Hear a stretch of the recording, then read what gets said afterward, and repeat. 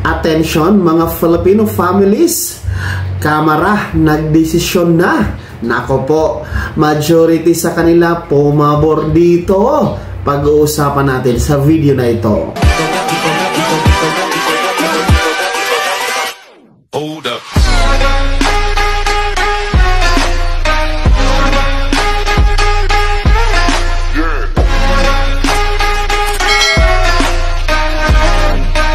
Hello mga ka-vlogs, welcome dito sa aking YouTube channel. Magandang araw po sa lahat ng mga manonood. Saan po kayong dako sa mundo? Kumusta kayo mga ka-vlogs? Eto na, kakapasok lang na balita mga Filipino families. Ang Kamara nagdesisyon na. Majority sa kanila pumabor dito. Ano ang implikasyon nito dito sa ating bansa? Mamaya-maya pag-uusapan natin. Pero bago ang lahat, kung bago ka pa lang dito sa aking YouTube channel o di kaya hindi ka pa nakasubscribe, click nyo muna ang ating subscribe button na nasa baba. Huwag nyo kalimutan na pindutin ang notification bell. Ilagay niyo po sa all para naman updated kayo sa lahat ng mga videos na aking i-upload. Eto na nga, mainit-init pa, kakapasok lang na balita. Mga Filipino families, mga ka-vlogs, saan po kayong dako sa mundo? Nasa Pilipinas. Kamakailan lang kahapon po sa pagsara ng sesyon ng Kamara ay humabol po itong pagpasa o pagpapa-impeach kay Vice President Sara Duterte. O yes, mga ka-vlogs, ito nga po ay trending ngayon at ito nga po ay pinag-uusapan ng sambayarang Pilipino, itong pagpapa-impeach ng Kamara sa ating Vice Presidente na si Sara Z. Duterte sa bilang ng 215 na mga mambabatas ang siyang pumirma at bumoto ng yes para mapa-impeach itong si VP Sara Duterte. Hindi naman po bago sa atin itong issue na ito, itong pagpapa-impeach kay Vice President Sara Duterte. Noon pa mga nakaraang taon ay umuugong na talaga, malakas ang ugong na ipapa-impeach talaga itong si Vice President Duterte. Kung ating babalikan ang ugat nito, ito ay nag-ugat doon sa pagbitiw bilang Defense Secretary ni Vice President Duterte, dahil nga po daw sa katiwalian doon sa ahensyang yon at ayon sa kanya ay hindi niya na masigmura yung sistema ng administrasyon, kaya nga po daw siya nag-resign as Defense Secretary at bumitiw bilang miyembro ng gabinete ng Administrasyong Marcos. At simula doon na talaga yung pagsisimula. Sunod-sunod na yung mga revelasyon, mga issues, mga pasabog, I'm sure aware kayo dahil atin po itong napapanood sa mga balita sa telebisyon, napapakinggan natin sa mga radio and sa social media. Talagang ito ay rampant o laganap.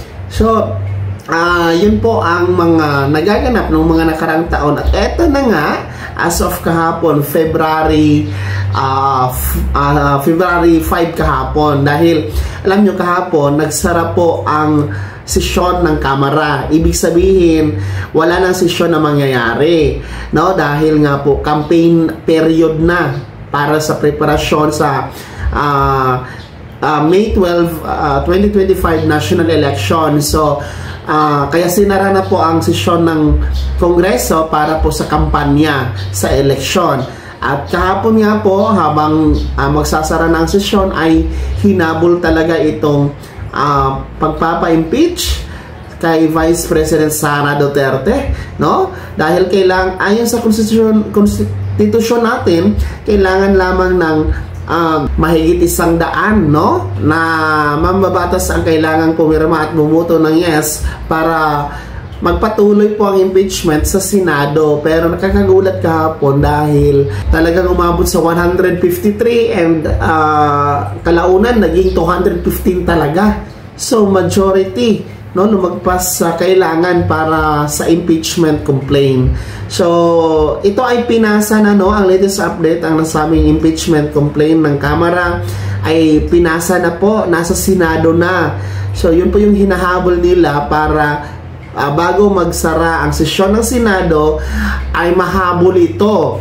Pero ang bad news lang talaga, hindi ito nahabol dahil kahapon din po, February 5 ay nagsara po ang sesyon ng Senado at magbabalik po sila, magre-resume ang sesyon ng Kamara at Senado ngayon pang June 2, 2025. Ibig sabihin, tapos na po ang eleksyon, ang halalan ng May 12, 2025. So, yun ang ating pagkakaabangan sa susunod, no?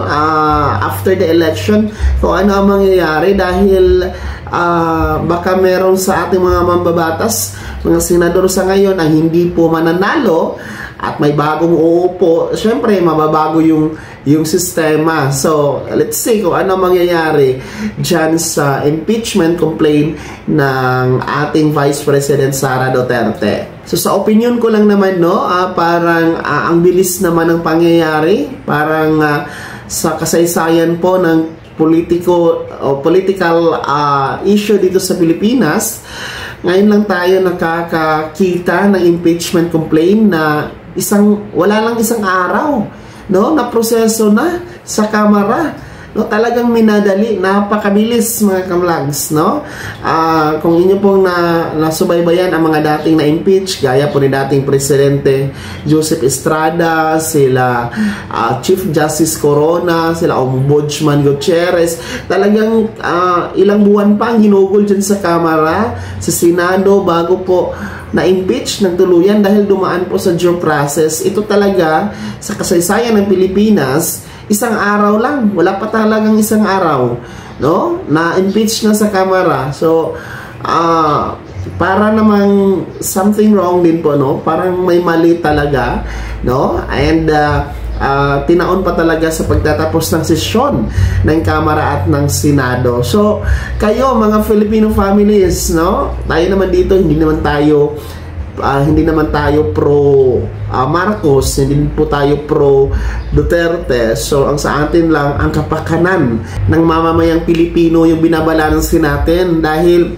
at the end of the day, tayo pa rin po mga ordinaryong Pilipino ang magsasakripisyo, no, sa taas ng bilihin, sa mababang pasahod, no, sa mababang presyo ng ating mga produkto sa mga magsasaka, tayo pa rin po ang naaapektuhan. So, tayo binabalansin natin kung ano ba ang dapat dito sa ganitong sitwasyon bilang mga ordinaryong Pilipino. Kaya, kayo mga Filipino families, ano po yung komento sa balitang ito? Ano ang reaksyon niyo sa balitang ito? Kayo ba ay pabor? No, unang-una, kayo ba ay pabor dito sa sinusulong ngayon na impeachment complaint laban kay Vice President Sara Duterte? Yes or no? Komenta nyo po sa comment section na nasa baba. Pangalawa, kayo ba ay naniniwala na kung ma-impeach itong si Sara Duterte ay magiging maayos ang ating buhay? Magiging mas mababa ang mga bilihin? Or magiging mas maayos ang ating ekonomiya? Makakatulong ba itong impeachment na ito para sa kaginhawaan nating mga ordinaryong Pilipino? Oo, hindi? No, ibahagi niyo po yung komento sa comment section na nasa baba. Mahalaga ito na makilahok tayo dahil usaping panlipunan ito at tayo, no, mga ordinaryong Pilipino ang nakasalalay dito ang ating kinabukasan.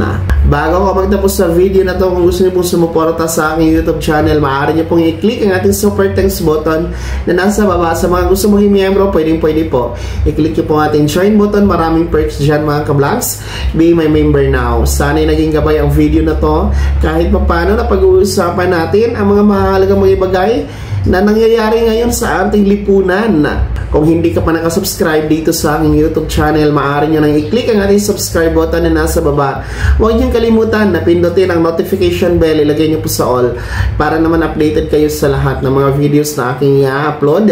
Maaari nyo din i-like ang video na to. Kung meron ka pa mga katanungan, maaari nyo i-komento sa comment section na nasa baba. Pag-follow na din po ang aking official Facebook page na nasa screen nyo. Muli po ako si Daniel Timpawa na nagsasabing dito sa aking YouTube channel, bawang katotohanan at lahat totoo lamang.